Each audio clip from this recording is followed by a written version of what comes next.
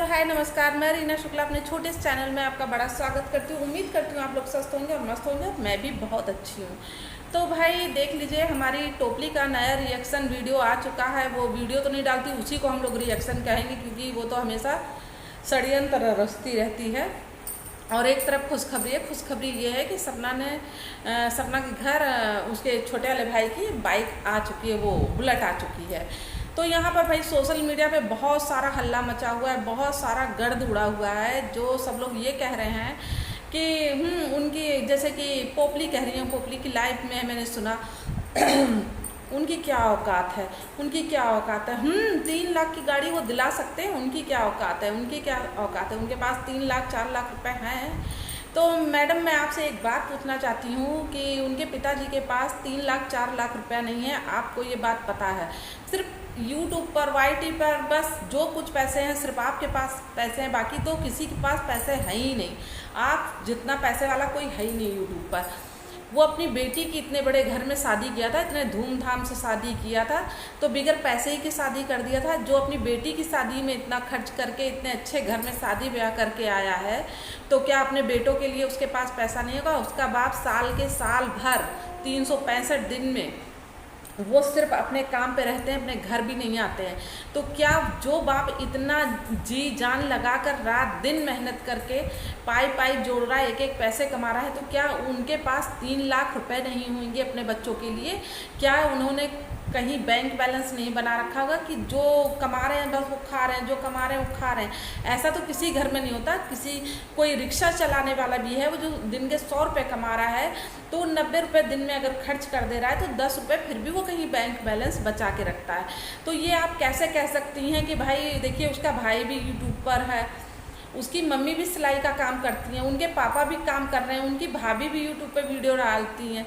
तो भाई आप ऐसे कैसे कह सकती हो कि उनके पास 3 लाख रुपए नहीं है? आजकल 3 लाख रुपए की कीमत क्या है, पहले ये बताओ बैल बुद्धि। 3 लाख रुपए की कीमत क्या है? 3 लाख रुपए कोई बहुत बड़ी रकम नहीं होती है कि किसी के पास नहीं होंगे। और फिर जब उनका बच्चा इस तरीके से दिमाग से डिस्टर्ब हो चुका है और कहते वो इतनी हट करके बैठा है कि उसे बुलेट लेनी है, बुलेट। और भाई हट करे भी क्यों ना, हट करे भी क्यों ना, भरने वाले भी ऐसे ही लोग हैं, टोपली के जैसे भरने वाले भी लोग हैं। तो ये टोपली के जो मित्र गण हैं ऐसी ऐसी वीडियो बना के डालते हैं, ऐसे ऐसे जाके कमेंट करते हैं। तो भाई उसका दिमाग तो पहले ही से डिस्टर्ब है और बुलेट के लिए वो पहले ही से पागल है, ऊपर से ऐसे जाके कमेंट सब कर जाते हैं तो वो और सनक जाता है। ये तो है नहीं कि गंवार है, पढ़ा लिखा नहीं है, भाई वो सारे कमेंट पढ़ने जानता है, यूट्यूब पे वीडियो डालना जानता है, तो वो सब कुछ जानता है। तो भैया यहाँ नहीं दिलाई थी तब तक वो खलनायक थी, बना रखा था उसको सोशल मीडिया पे, उसको खलनायक बना रखा था। जब उसने दिला दिया तब भी सोशल मीडिया पे उसको खलनायक बना रखा है। भाई ये लोग किधर से भी उसको नहीं जीने देंगे। अब हल्ला उड़ा हुआ है, उसके बाप की औकात है 3 लाख की बुलेट दिला देंगे और ये सपना ने अपने पैसों से दिलाया। अभी तक आप ही लोग अपनी लाइफ में हल्ला मचा कह रहे थे भाई वो इतना पैसा कमाती है कि अपने भाई को एक बुलेट नहीं दिला सकती, अपने भाई को एक बुलेट नहीं दिला सकती।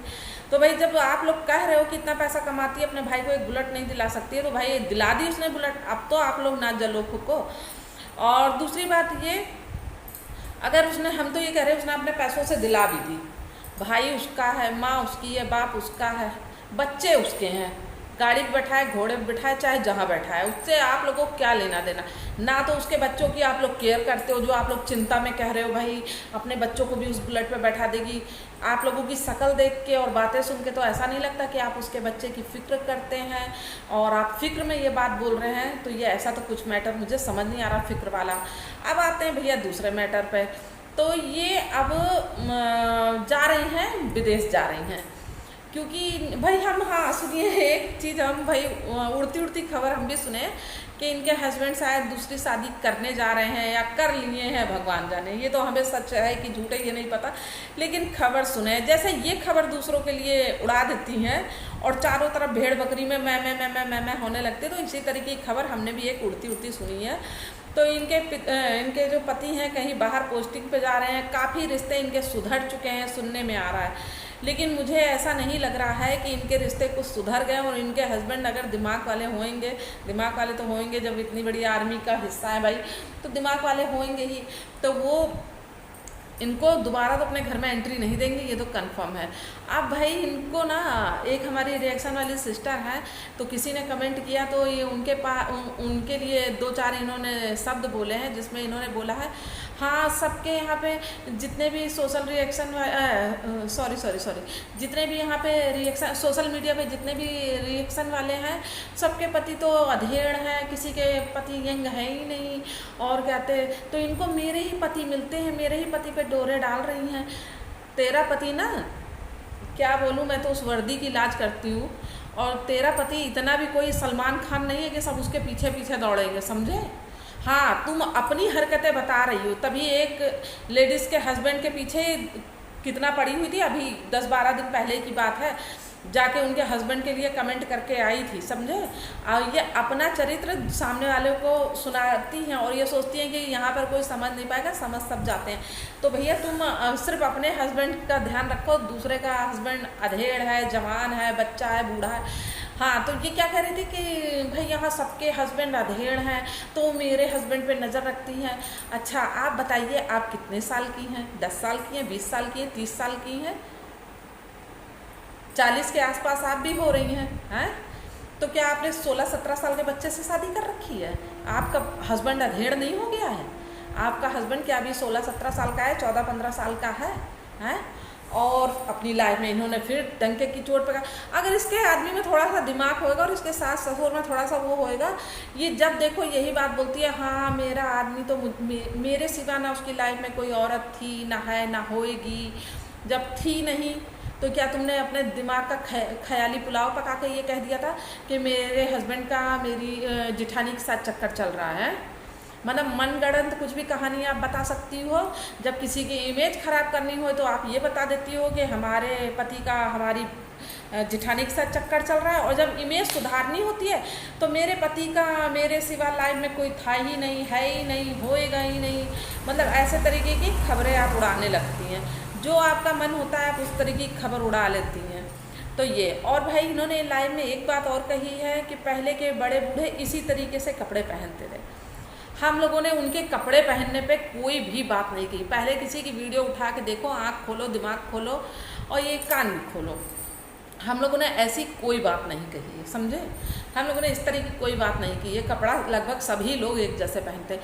लेकिन ये बताओ ये कहाँ का मतलब वो है, क्या बोलते हैं, तौर तरीके हैं कि कोई इंसान अगर जब वो लड़की उठा के उनको लेके आइए कि चलो मम्मी कपड़े बदलो, तो किसी की माँ, किसी की बहन, किसी की बेटी कपड़े चेंज कर रही है तो आप वहाँ पे ब्लॉगिंग कर रहे हैं। इस पे हम लोगों ने बात कहा कि आंटी जी जब कपड़े चेंज कर रही थी तो उनको वो उस टाइम ब्लॉग बनाने की क्या ज़रूरत थी। आदमी ऐसे भी हाथ रख के और ऐसे भी करके वीडियो दिखा देता है कि ये देखिए पहले मम्मी ऐसे थी, अब मम्मी ने कपड़े चेंज कर लिए। इस तरीके की भी दिखा सकते थे, या आप 2 मिनट के लिए अपना कैमरा होल्ड पे रख देते और कहते मम्मी को साड़ी पहना देते, फिर आप उस वीडियो को दिखा सकते थे। हम लोग ये कह रहे हैं, हम लोग गलत नहीं बोल रहे, गलत तुम्हारी सोच में है, समझे। तुम किसी के लिए कुछ भी कभी भी कहाँ भी सोच सकते हो, तो हम लोग गलत नहीं बोल रहे हैं। तो भाई इनकी 2-3 चीज़ें इसी तरीके की हैं। और दूसरा बात, ये जो हमारी एक सिस्टर है, इन्होंने कल की लाइव में उनके लिए इतना गंद मचाया, इतनी गंदी गंदी गाली दी है। और वो जो मेरी सिस्टर ने इनके खिलाफ वीडियो बनाया था, उन्होंने एक शब्द कहा था कि इनकी मम्मी के संस्कार इनमें है और इनके संस्कार कहीं इनकी उनमें ना चले जाएं। तो भाई थोड़ा सा अपने बच्चे पे भी ध्यान दीजिए और इतनी गंद ना उड़ाया करिए। जब इतनी गंद उड़ती है तो घर का माहौल भी उसी तरीके से हो जाता है। तो थोड़ा सा घर का वातावरण अपना सही करिए और ये सब छोड़िए। आप इतने दिन से शांत बैठी थी, बहुत बढ़िया था, आप शांत बैठी थी, लेकिन आपको शांति की रोटी हजम नहीं होती, आपके डॉलर घटने लगते हैं ना, तो आप फिर से आई रिएक्शन लेके। तो चलिए, हमारा रिएक्शन कैसा लगा हमें कमेंट करके बताइए। फिर मिलती हूँ नेक्स्ट वीडियो में। टाटा, बाय बाय, जय सिया राम।